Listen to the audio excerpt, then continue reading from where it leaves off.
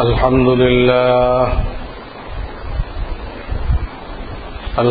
لله وكفى وسلام على عباده الذين اصطفى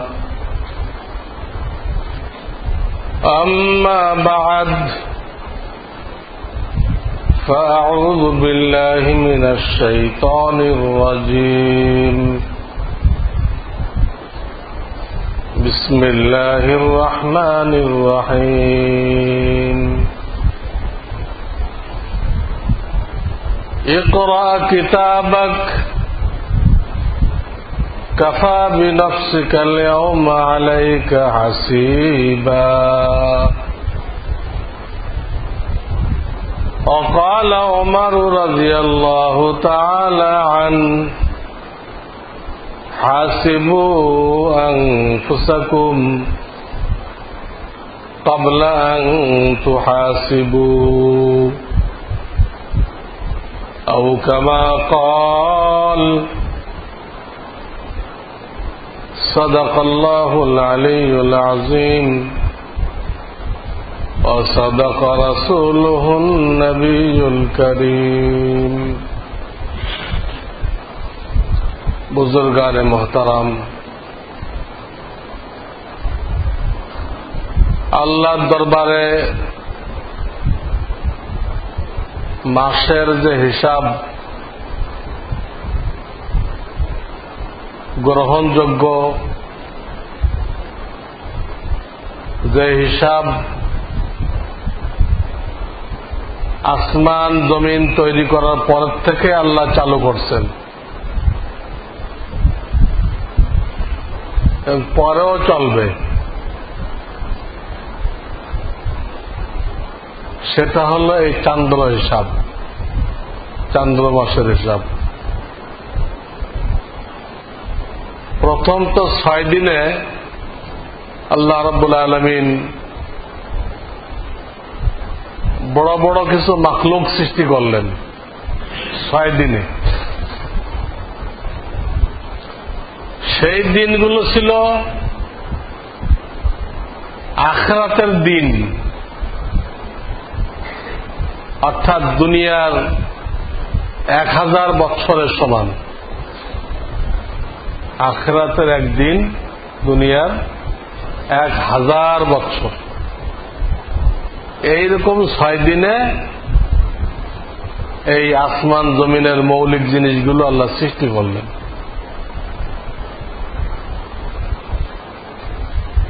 ওই সৃষ্টির মধ্যে চন্দ্র সূর্য এগুলো এসে গেছে, সৃষ্টি হয়ে গেছে। এরপর আবার 7 দিনে ওই মৌলিক সৃষ্টির মধ্যে আরো কিছু বিস্তারিত মাখলুক সৃষ্টি করলেন 7 দিনে। মুসলিম শরীফের হাদিস। এই 7 দিন মানে দুনিয়ার 7 দিন। কোরআনের বিভিন্ন আয়াতে যে 6টা ইয়াম আছে 6 দিন, ওটা আখিরাতের 6 দিন। তখন কোন সূর্য ছিল না, চন্দ্রও ছিল না, কিন্তু হিসাব তো আল্লাহর কাছে আছে। এই হিসাবে 6 দিনে আসমান জমিন, চন্দ্র সূর্য, পাহাড় পর্বত অনেক কিছু বানাইলেন। বানানোর পরে আরো কিছু মাখলুক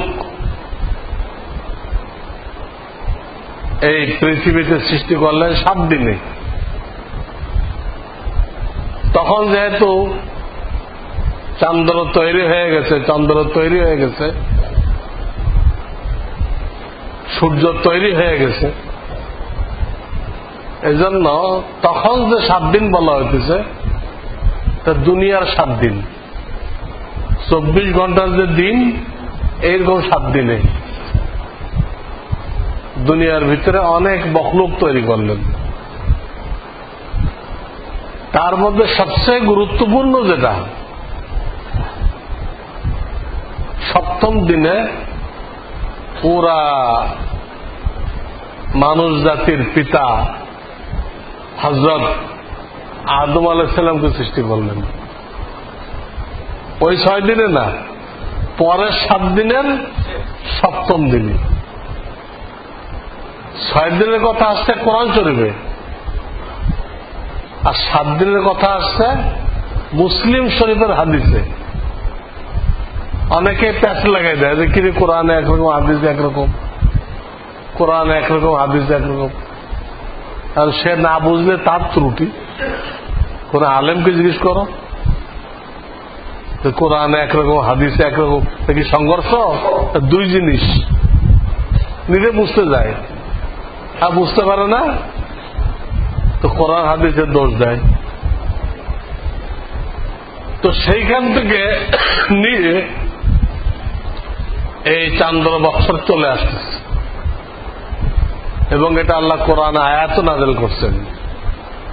ইন্না ইদ্দাতাশ শুহুরি ইনদাল্লাহ 12 শাহরান ফি কিতাবিল্লাহ। ইন্না ইদ্দাতাশ শুহুর, ইদ্দাত মানে গণনা করা, শুহুর শাহরুনের বহু বচন। শাহরুন মানে মাস, মাসের গণনা, নিশ্চয় মাসের গণনা ইনদাল্লাহ আল্লাহর নিকটে 12 শাহরান। 12 মানে 12, শাহরান মানে মাস। আল্লাহর নিকটে মাসের গণনা 12টা তার কিতাবের মধ্যে, কোরআনের মধ্যে। মিনহা আরবাতুন হুরুম, এর মধ্যে 4টা মাস আবার আছে অতি সম্মানী, অতি সম্মানী, একে আশুরে হুরুম বলে। তার ব্যাখ্যা ভিন্ন, সেটা আমার এখন বলা উদ্দেশ্য না। উদ্দেশ্য আল্লাহর নিকটে বা কোরআনে যে বৎসরের উল্লেখ আসছে, যে মাসের উল্লেখ আসছে, সেটা এই সৌর বৎসর না, চান্দ্র বৎসর। এটা দুনিয়া শুরু থেকে চালু হয়েছে, এটাই চলবে। আর আমরা যে সৌর বৎসর বের করছি 365 দিনে, এটা দুনিয়া যে কদিন আছে সে কদিন, এরপরে এটা বিলুপ্ত হয়ে যাবে, এর আর কোনো গণনা নেই। এই জন্য চান্দ্র মাসের হিসাব রাখা, হিসাব তালাশ করা, চাঁদ তালাশ করা শরিয়াতে ফরজে কিফায়া করে দেওয়া হয়েছে ইবাদত। কারণ বহু ইবাদত এর সাথে জড়িত। চাঁদ ওঠার সাথে রোজা জড়িত, বিভিন্ন ঈদ চাঁদ দেখে করতে হয়, হ্যাঁ, আশুরা, তারপরে হজের যত কাজকর্ম আছে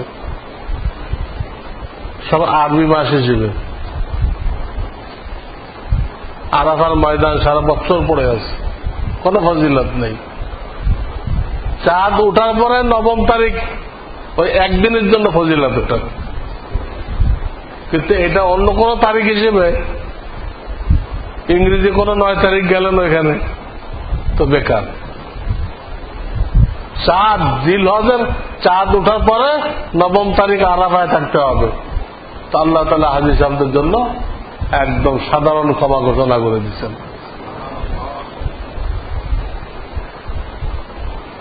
তার মাগফিরাতের ব্যবস্থা হয়ে গেল আরাফার ময়দানে। তো আল্লাহর দরবারে যে মাস গ্রহণযোগ্য, দুনিয়া শুরু থেকে চালু হয়েছে এবং চলতেই থাকবে, সেটা চান্দ্র মাস, আরবি মাস। সেই আরবি মাস হিসেবে যে বৎসর হয়, সেই বৎসর এখন শেষ হয়ে যেতেছে। আজকে জিলহজ মাসের 26 তারিখ, জিলহজ মাসের 26 তারিখ। তার মানে চান্দ্র বৎসরের আর 3 দিন অথবা 4 দিন আছে, 3 দিন অথবা 4 দিন আছে। এরপর আল্লাহর নিকটে যে বৎসর গ্রহণযোগ্য ওর 1 বৎসর শেষ হয়ে যাবে, 1 বছর শেষ হয়ে যাবে, নূতন মুহররম আসবে, নূতন আর 1 বৎসর শুরু হবে। আল্লাহর নিকটে যে মাস বৎসর গ্রহণযোগ্য সেই বৎসর শেষ হইতে আর 3 দিন অথবা 4 দিন আছে, এরপরে নতুন বছর শুরু হবে। আল্লাহর মেহেরবানি এই আরবি বছরকে আল্লাহ হেফাজত করছে। এই বছর নিয়ে কেউ কোনো নষ্টামি করছে বলে শোনা যায়নি। ইংরেজি বছর যখন আসে তো এ তো পুরা নষ্টামি দিয়ে ভরা, কে কত মদ খেয়ে পারে। আর মদের পরেরটা আর বললাম না, মদের পরে কি হয় আপনাদের জানা আছে। জিজ্ঞেস করছে যে অমুক ছেলের সাথে মেয়ে বিয়ে দিতে চাই, আপনার জানা মতে ওই ছেলেটা কেমন? কথা ছেলে তো ভালো, সমস্যা নেই, ওই একটু ত্রুটি আছে, পেঁয়াজ খায়, আর কোন অসুবিধা নেই, তো খাক না, পেঁয়াজ খাইলে অসুবিধা কি, পেঁয়াজ খাক না। না বোঝেন তো, খালি পেঁয়াজ খায় না, ও পেঁয়াজ তো খায় কাবাবের সাথে, তো খাক, কাবাব খাইলে অসুবিধা কি? আরে বোঝেন নাই, খালি কাবাব তো খায় না, ওর সাথে তো আর একটা আছে,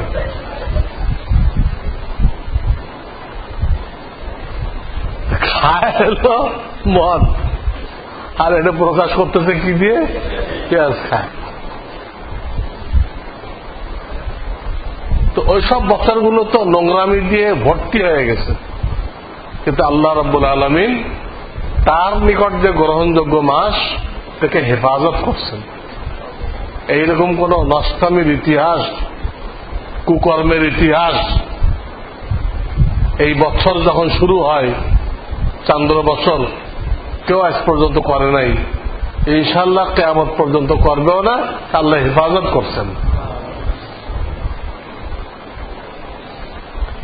তো এখানে কোনো অনুষ্ঠান করারও অনুমতি নেই। আপনি মনে করলেন যে ইংরেজি বৎসর বরণ করা হয়, কত কিছু করা হয়, বর্ণাঢ্য রেলি বের করা হয়, কি করা হয়, বাংলা বৎসর বরণ করা হয়, মানুষ জানোয়ার হয়, কেউ বাঘের মুখোশ পরে, কেউ সাপের মুখোশ পরে, অনেক বনিয়াদম মিলে লম্বা কুমির কান্দে করলে এনে, বিশাল লম্বা কুমির, অনেক বনিয়াদম মিলে আশরাফুল বগলা, এ নাকি বাংলা বৎসর বরণ করা হয়। মানে পাগলের ইতিহাস। ধর্মীয় জ্ঞান না থাকলে সেই লোকটাকে ইন্টারন্যাশনাল পাগল বলা ছাড়া আর কোন উপায় নেই। যা করে সব পাগলের কাজ। এর দ্বারা সমাজের কি ফায়দা হয়, কোন দিক দিয়ে ফায়দা হয়? দেখা, এই দিক দিয়ে ফায়দা হয়, কিছু কুকর্ম ছাড়া আর কি হয়? তো এইগুলো পরে কিয়াস করে, অনুমান করে কেউ আরবি বৎসর বরণ করতে চাইল, চলো আমরা মিলাদ মাহফিল দিয়ে আরবি বৎসর বরণ করব, তো জায়েজ নেই। কেন জায়েজ নেই? মিলাদ মাহফিল যদি সহি দুরুদ পড়েন তো কোনো ক্ষতি নেই। সহি দুরুদ, ইয়া নবীর কথা বলতেছি না, হাদিসের দুরুদ পড়লেন তো কোনো ক্ষতি নেই। তো এটা দিয়েও বরণ করা যাবে না কেন? এই জন্য যাবে না যে বৎস বরণ করা এটা কাফের মুশরিকদের একটা চরিত্র বৈশিষ্ট্য হয়ে গেছে, তাদের সাথে আপনার মিল হয়ে গেল। আপনি করতেছেন ভালো কাজ, দুরূদ পড়তেছেন, কোরআন তেলাওয়াত করতেছেন, অন্য কোন অনুষ্ঠান দিচ্ছেন হামদনাতের, আপনারটা ভালো ভালো হওয়ার পরে হারাম। কেন হারাম? আপনার এটা সামঞ্জস্য রাখতেছে কার সাথে? ওই কাফের মুশরিকদের কাজের সাথে। তারাও বর্ষবরণ করে, আপনিও অন্য উপায়ে করছেন, কিন্তু বর্ষবরণ তো করছেন। বর্ষবরণ করার কারণে আপনার ইমানের ক্ষতি হয়ে গেল। এখানে আল্লাহ কোন ইবাদত চায় নাই। আল্লাহ তো 24 ঘন্টা দিয়ে রাখছে। 24 ঘন্টা আপনি কি করবেন? আল্লাহ ইবাদত সাজায় দিয়ে রাখছে। 24 ঘন্টা রুটিন কোরআন হাদিস দিয়ে রাখছে।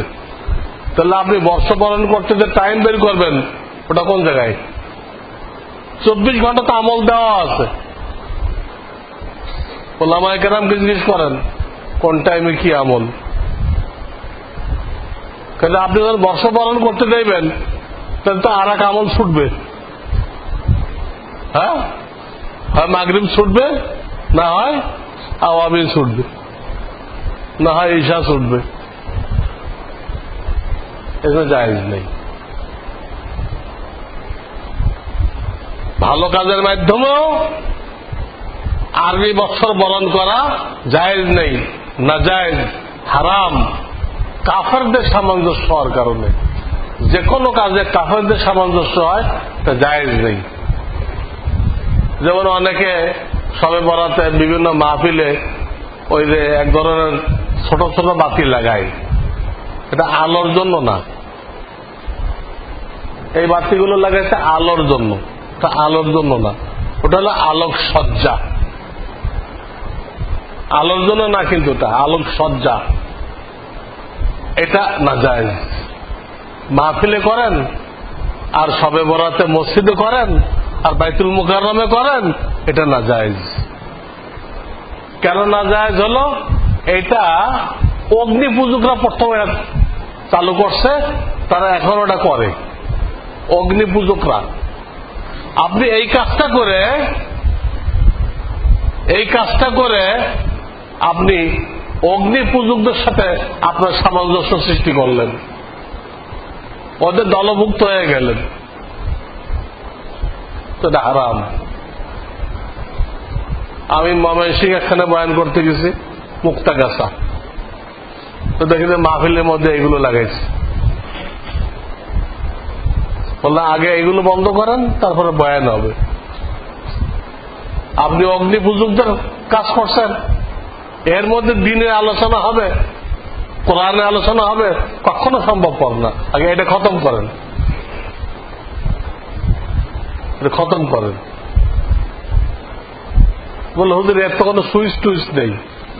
আমার বুঝালো সুইচ টুইচ নেই না, প্রত্যেক কমনে লাইন দিছে, আমাদের সুইচ না থাকলে এই করেন, কেটে দেন, তার ছিঁড়ে দেন, আগে সই করেন, সই করার আগে আমার বয়ান হবে না। অথচ অনেক স্বাধীন দিনদার মানুষ, দিনদার কিন্তু কোরআন হাদিস বোঝেও না, ধারও ধারে না, তাদের কাছে এটা ভালো মনে হয়, তারা করে। কিন্তু যে হারাম, বিধর্মের সাথে সামঞ্জস্য হয়েছে, এটুকু বুঝে না। ইমান বড় স্পর্শকাতর, ইমান বড় স্পর্শকাতর। কোনভাবে কাফেরদের সাথে সামঞ্জস্য আপনাকে ইজাজত দেয় না। কাফেররা যারা করে, এটা আপনি করতে পারবেন না। কাফেরদের চুল কাটার স্টাইল সামনে বড় করে রাখা, আর সব দিক ছোট করবে, সামনে বড় বড় করে রাখবে। আমাদের দেশের অধিকাংশ মুসলমান এইভাবে কাটে। সে ঘুণাক্ষরও জানে না যে এইভাবে চুল কাটা কাফেরদের তরিকা। তা আমাদের জন্য নাজায়েজ, হারাম। আমাদের সব সমান করতে হবে। আমরা বাবরি রাখেন, শুধু মাঝখানে কদ্দুর লম্বা, সূরা আর রহমানে আছে, দোজকের দিনে দোজকে ফেলা হবে, এই সামনে চুল ধরে আর পাও ধরে চ্যাং দোলা করে এক একটা ফেরেশতারা দোজকে ফেলবে। এখানে চুল ধরে আর দুই ঠ্যাং ধরে এক একটারে নিক্ষেপ করবে। তোরা চিন্তা করলে সামনে চুল তুলে ধরে ফেলবে, তাহলে চুল লম্বা করে রাখার দরকার। তো ওরা লম্বা করে রাখতেছে, আমাদেরকে ফেলবে নাকি? আমরা তো ইমান আনছি, তা আমরা চুল লম্বা করে রাখবো কেন? সূরা আর রহমান বের করেন, ইউখাযু বিন নাওয়াসি ওয়াল আকদাম। এই নাওয়াসি সামনের এই চুলকে বলে, আর আকদাম কদামুনের বহু বচন। কদম মানে পাও, যেটা আমি তর্জমা করছি ঠ্যাং, উর্দুতে বলে টাং। ঠ্যাং আর চুল ধরে দোজখে ফেলবে, এরকম চুল কাটা যায় নেই। সব দিক সমান করতে হবে। এইভাবে কত দিক দিয়ে আমরা না জানার কারণে কাফেরদের সাথে মিলে কাজ করতেছি। যেহেতু এটা হিন্দু প্রধান দেশ ছিল, ওইখান থেকে আল্লাহ আমাদের পূর্বপুরুষদেরকে ইসলামে ঢুকাই দিছে। আমাদের পূর্বপুরুষদেরকে আল্লাহ তাআলা ইসলাম কবুল করার তৌফিক দিছে, ভালো কথা, আল্লাহর মেহেরবানি। কিন্তু আমরা পর্যাপ্ত এলেম না শিখার কারণে ওই আগের কিছু কিছু তরিকা এখন আমাদের মধ্যে রয়ে গেছে।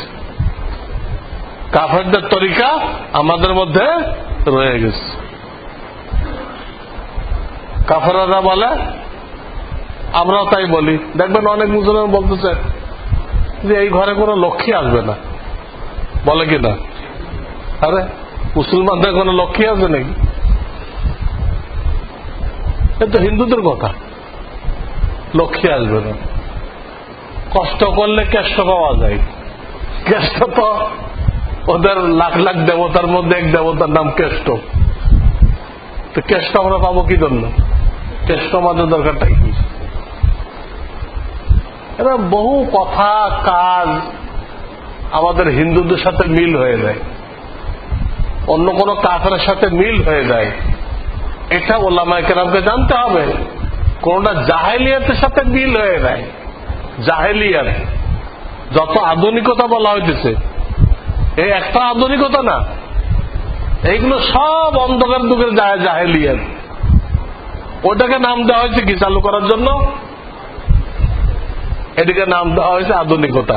একটা আধুনিকতা না, এই আধুনিকতার নামে মেয়েরা যে উচ্ছৃঙ্খল চলতেছে, ল্যাংটা চলতেছে, এগুলো জাহেলিয়াতে ছিল। কোরআনে আসছে ওয়ালা তাবাররাজনা তাবাররুজাল জাহেলিয়াতিল উলা, তোমরা কেসে প্রথম অন্ধকার যুগের মেয়েদের মতো খোলামেলা বের হয়েও না। আল্লাহ কোরআনে মহিলাদেরকে বলতেছে না। আমাদের মেয়েরা স্কুল কলেজে পড়ে নতুন করে ওই জাহেলিয়াত শিখতেছে। স্কুল কলেজের দ্বারা জাহেলিয়াতকে চিন্তা করা হয়, আর কওমি মাদ্রাসার দ্বারা আল্লাহ রসুলের তরিকাকে চিন্তা করা হয়। সরকারি মাদ্রাসার কথা বলতেছি না। সরকারি মাদ্রাসার দ্বারা মওদুদী নতুন ব্র্যান্ডের একটা ইসলাম পেশ করছে। কে? মিস্টার মওদুদী। ওই ইসলামের তরিকা চালু করা হয়। এই সরকার যেগুলো লালন পালন করতেছে, সরকার যেগুলো খাওয়াইতেছে, পালতেছে সরকার, কিন্তু না সরকারের লোক তৈরি হইতেছে, না মদিনার ইসলামের লোক তৈরি হইতেছে। ওখানে ইসলামের নামে একটা নতুন ইসলাম এর লোক তৈরি হইতেছে। কি ফায়দা হলো? ইংরেজরা মুসলমানদেরকে ধোঁকা দেওয়ার জন্য কলকাতায় ওই মাদ্রাসা চালু করছিল, মুসলমানদেরকে ধোঁকা দেওয়ার জন্য। মুসলমান বুঝবে আমার ছেলে তো মাদ্রাসায় পড়তেছে, অত ছোট মাদ্রাসার কিছুই না, কিছুই না, ইমান ধ্বংস করার কারখানা। এখানে পড়ে সব মওদুদীকে মুস্তাহিদ মানতেছে, বিশ্বের সবচেয়ে বড় আলেম মানতেছে। তুমি কি শিখলা? তুমি কি এলেম শিখলা যেটা জাহেলকে তুমি সবচেয়ে বড় আলেম মানতেছ, আর তার বই অনুযায়ী চলতেছ, তার বই দেখে দেখে আন্দোলন করতেছ? কত বড় জাহেল! আলহামদুলিল্লাহ, কওমি মাদ্রাসার কেউ জীবনেও মওদুদীকে সমর্থন করবে না, সেটা জাহেল ছিল। সে কোনো মাদ্রাসায় পড়ুয়া লোক না। সে যে সমস্ত কথা পেশ করছে সমস্ত নবীদের ভুল ধরছে। কোরআনের তালিমের 5 ভাগের 4 ভাগ নাকি গায়েব হয়ে গেছে। 5 ভাগের 4 ভাগ কি জন্য? 4টে শব্দের অর্থ নবীজির জামানার পরে নাকি বিলুপ্ত হয়ে গেছে। কটা শব্দ? দিন, ইলাহ, রব, ইবাদত। এই 4টে শব্দের আসল অর্থ নাকি বিলুপ্ত হয়ে গেছে। এটা মওদুদী সাহেবের একটা কিতাব আছে, এটা বাংলা হয়ে গেছে। বাংলাতে নাম হলো 4টি বুনিয়াদী পরিভাষা। 4টি। তো সেই বইতে সে লিখছে যে এই 4টে শব্দের অর্থ বিলুপ্ত হওয়ার কারণে কোরআনের আসল তালিম নষ্ট হয়ে গেছে। 1400 বছর কেউ এটা বের করতে পারলো না। এই মওদুদী সাহেব এই 4টে শব্দের অর্থ বের করছে। কি? খুব মিছিল করো আর সংগ্রাম করো। ওই 4টে শব্দের কি অর্থ বের করছে উনি?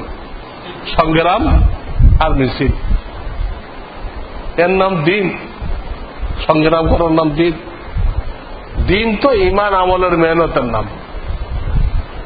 রাস্তায় সংগ্রাম করেন, ইসলাম চাই, ইসলাম চাই, ইসলাম ছাড়া মানি না। কার কাছ চান? কার কাছে দিচ্ছেন? সেই লোকটাকে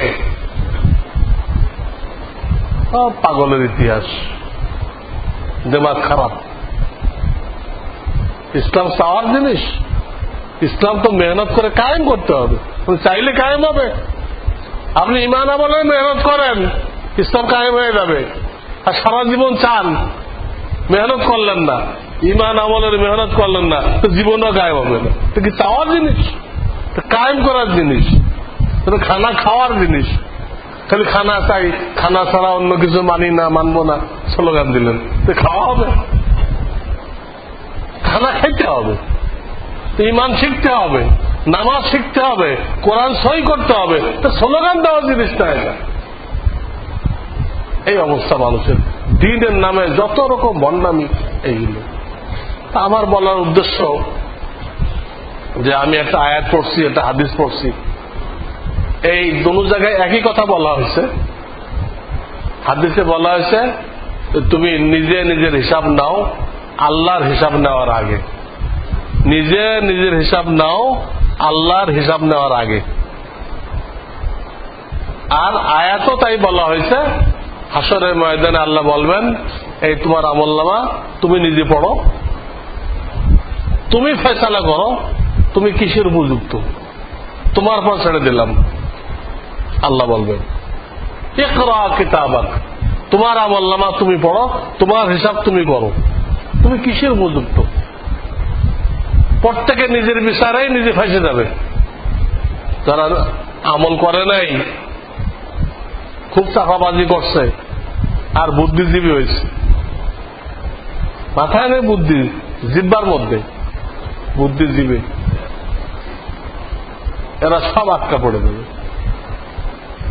তো যেহেতু প্রত্যেকটা ব্যবসায়ী বছর শেষে তার ব্যবসায়ের একটা হিসাব বের করে, আমি যে সারা বছর ব্যবসা করলাম, আমি কি লাভে আছি না লসে আছি, বের করে কিনা। পরে যে লসে থাকে, তো লস কভার করার কি বুদ্ধি, বন্ধু বান্ধব থেকে বুদ্ধি নেই। তো আমরা যেহেতু একটা বছর পার করলাম, এই বছরের আর 3 দিন আছে বা 4 দিন আছে, এই 3-4 দিনে প্রত্যেকে নিজের দিলকে সাক্ষী রেখে আমরা হিসাব বের করি যে 5টা জিনিসের নাম দিন। 1 নম্বর ইমান। ইমানের ব্যাপারে আমার কতটুকু উন্নতি হয়েছে, গত বছরের তুলনায় এই বছর আল্লাহর পর আমার তাওয়াক্কুল বাড়ছে না কমছে,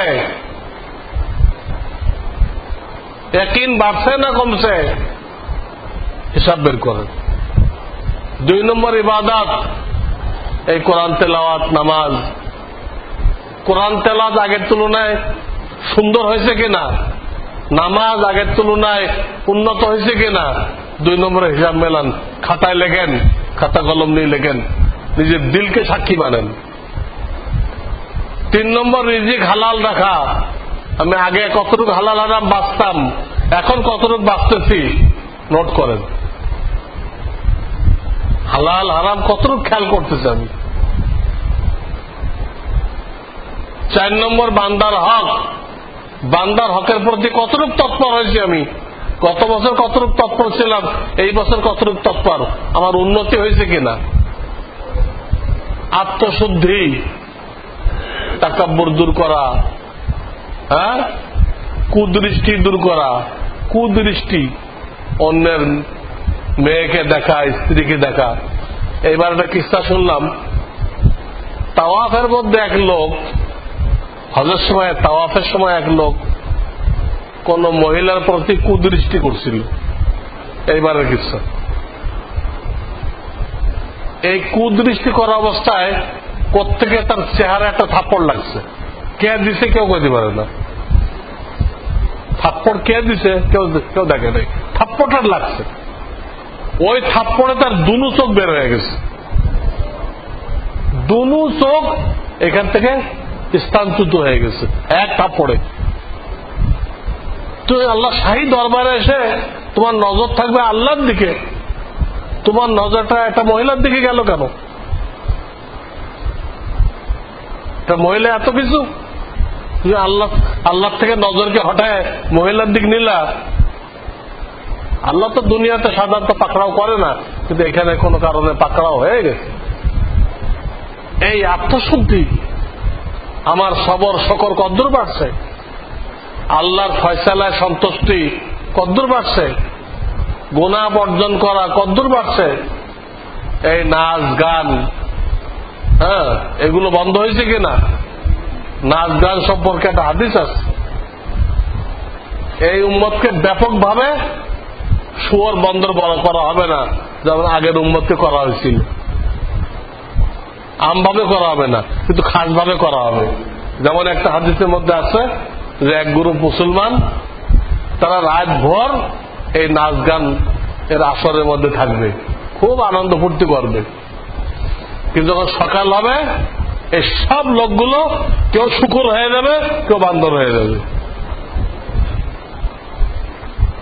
যারা এগুলো দেখতেছে তাদের সাবধান হওয়া উচিত যে আমি যদি তার মধ্যে পড়ি। আল্লাহ রসুল যখন বলছে হবে, নিশ্চিত হবে। আল্লাহ ছাড় দিয়ে রাখছে, তওবা করার সুযোগ দিয়ে রাখছে, কিন্তু যে কোনো মুহূর্তে হবে। এই গুনাহ কতটুকু বর্জন হয়েছে। কাজেই এই 3-4 দিনে জিন্দেগির হিসাব নেই, এবং নতুন বছরের জন্য আমার দিনদারিকে আরো উন্নত করার জন্য প্রস্তুতি নেই। আল্লাহ আমাদের সকলকে তৌফিক দান করুক। আর এখন যেহেতু পরিস্থিতি ঘোলাটে, এই অবস্থায় কি করণীয় আমি আগেও বলছি। আজকেও সকালে আমার বয়ান ছিল মাদ্রাসার মধ্যে, দাওয়াতুল হকের, হয়তো আপনার নেটের মধ্যে পাবেন। আমাদের আপসে হানাহানি কেন হইতেছে? সবই মুসলমান, ওরা মুখোমুখি কেন হয়ে গেছে? মুখোমুখি না, এক গ্রুপ আর এক গ্রুপকে শেষ করতে যেতেছে কেন? এটার উপর আমি স্পষ্ট হাদিস পেশ করছি, স্পষ্ট হাদিস পেশ করছি। ইবনে মাজাহ শরীফের হাদিসে এই লেখা আছে যে এই অন্যায় করলে এই আযাব আসবে, এই অন্যায় করলে এই আযাব আসবে। তো ওখানে আছে যে তোমাদের নেতারা যদি মন মতো দেশ চালায়, আল্লাহর হুকুম মতো না চালায়, তো আল্লাহ তোমাদের আপসের মধ্যে, নিজেদের মধ্যে লড়াই লাগাই দিবে। এই বিস্তারিত বয়ান আপনারা ওখান থেকে দেখে নেন, ওটা ইনশাআল্লাহ এর মধ্যে দিয়ে দেওয়া হবে। ওখানে পরিস্থিতি নিয়ে কথা বলা হয়েছে। এই অবস্থাতে হাদিসে আসছে জবানকে নিয়ন্ত্রণ করতে হবে, কোন কথা বলে যাতে কেউ ফাঁসে না যায়, বিপদে না পড়ে। কুফফা আলাইকা লিসানাক, জবান নিয়ন্ত্রণে। আর বলা হয়েছে অপ্রয়োজনে বাইরে ঘোরাফেরা না করা। হাদিস আছে ফিতনার জামানায় তোমার ঘর যেন তোমার জন্য প্রশস্ত হয়। তার মানে কি? ঘর প্রশস্ত হওয়ার অর্থ হল বিনা প্রয়োজনে ফিতনার জামানায় বাইরে ঘোরাঘুরি করবো না, ঘরের ভিতর থাকবা, এখানে কাজে ব্যস্ত থাকবে। আলাইকা বাইতুক, এবং বলা হয়েছে হাদিসে ওই জামানায়, হ্যাঁ, যে নাকি বসা আছে সে দাঁড়ানো ব্যক্তি থেকে ভালো। বসা ব্যক্তি কার থেকে ভালো? আবার শোয়া ব্যক্তি বসা ব্যক্তি থেকে ভালো। ওই হাদিসে বলা হয়েছে যে ফিতনার দিকে চেয়ে দেখবে, ফিতনা তার দিকে দৌড়ে এসে তাকে ঘিরে ফেলবে। ফিতনা দেখতে যাবে রে কি ফিতনা হয়েছে কেন, তো এ জড়াই দেবে। হাদিস আছে। তাহলে এইটা মানে খুব সংযত ভাবে আল্লাহ রসুল যেভাবে হেদায়েত দিছে এইভাবে চলতে হবে এবং খুব দোয়া করতে হবে আল্লাহ এই শ্বাসরুদ্ধকর অবস্থা থেকে পুরো জাতিকে হেফাজত করেন, মুসলমানদের দ্বীন ঈমানকে হেফাজত করেন। ওয়া আখিরু দাওয়ানা আনিল হামদুলিল্লাহি রাব্বিল আলামিন।